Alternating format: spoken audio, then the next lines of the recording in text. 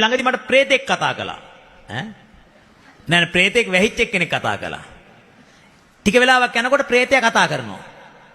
මං ඇහුවා දැන් මොනෝ වෙලාද මැරුණේ?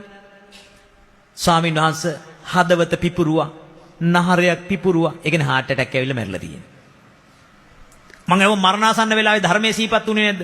නෑ ස්වාමීනි දරු තුන් දෙනා මතක් උනේ. ඒ කියන්නේ මොකද්ද? තණ්හාව. තණ්හා පත්‍ය උපාදාන, උපාදාන පත්‍ය පෙරේත භවයට වැටලා. මං ඔය කොහෙද හිටියේ? මොනවද කෑවේ? ස්වාමීනි මං කුණු කානුවක ඉපදුනේ. අවුරුදු 20ක් හිටියා ස්වාමීනි කුණු කානුවේ. ස්වාමීනි කෑම නෑ.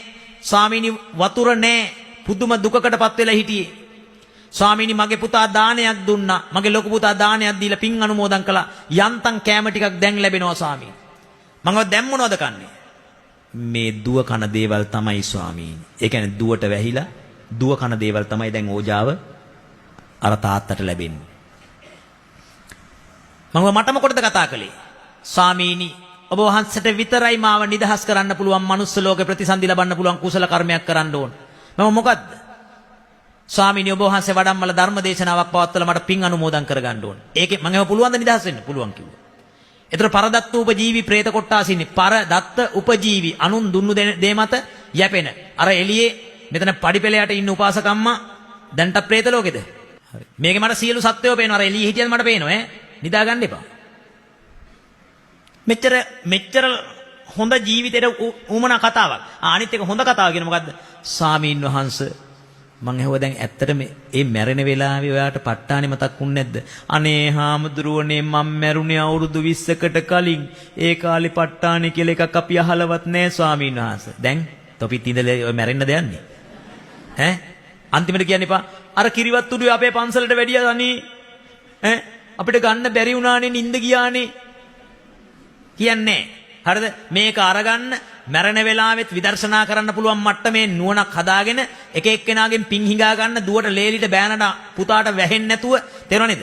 දැන් අර දරුවා නිසා හොඳයි. ඇත්තට මං හෙව කොහෙන්ද ඔයාට මගේ බන? ස්වාමීන් වහන්සේ මගේ දුව ඉන්නව නේද?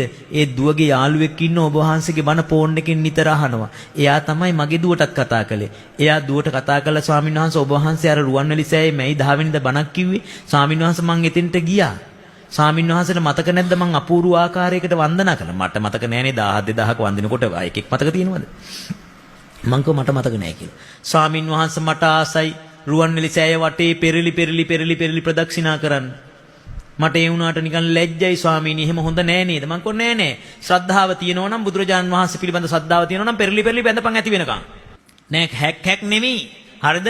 ඒ අමනුෂ්‍යයා කියනවා ස්වාමීනි මට ඔබ වහන්සේගේ දෙපතුල් අල්ල වඳින්න ආසයි ස්වාමීනි. ස්වාමීනි මට මේකෙන් මිදෙන්න පුළුවන් ස්වාමීනි ඔබ වහන්සේට විතරයි.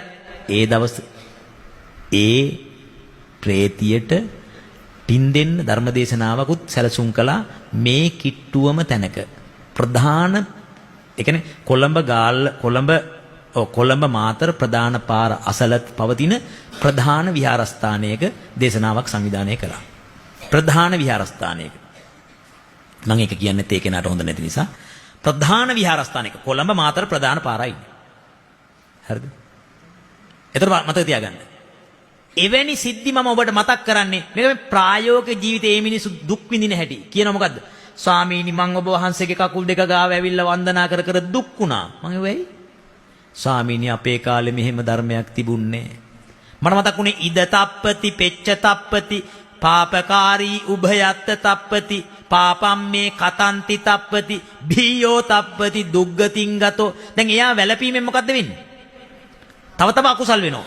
මං කිව්වා එහෙම නෙමෙයි. මේක කරන්න මොකද්ද? දැන් ධර්ම දේශනාව පවත්වලා මම පින් අනුමෝදන් කළාම හරිනම් මම ඒක කරලා දෙන්න. සතුටටපත් වුණා.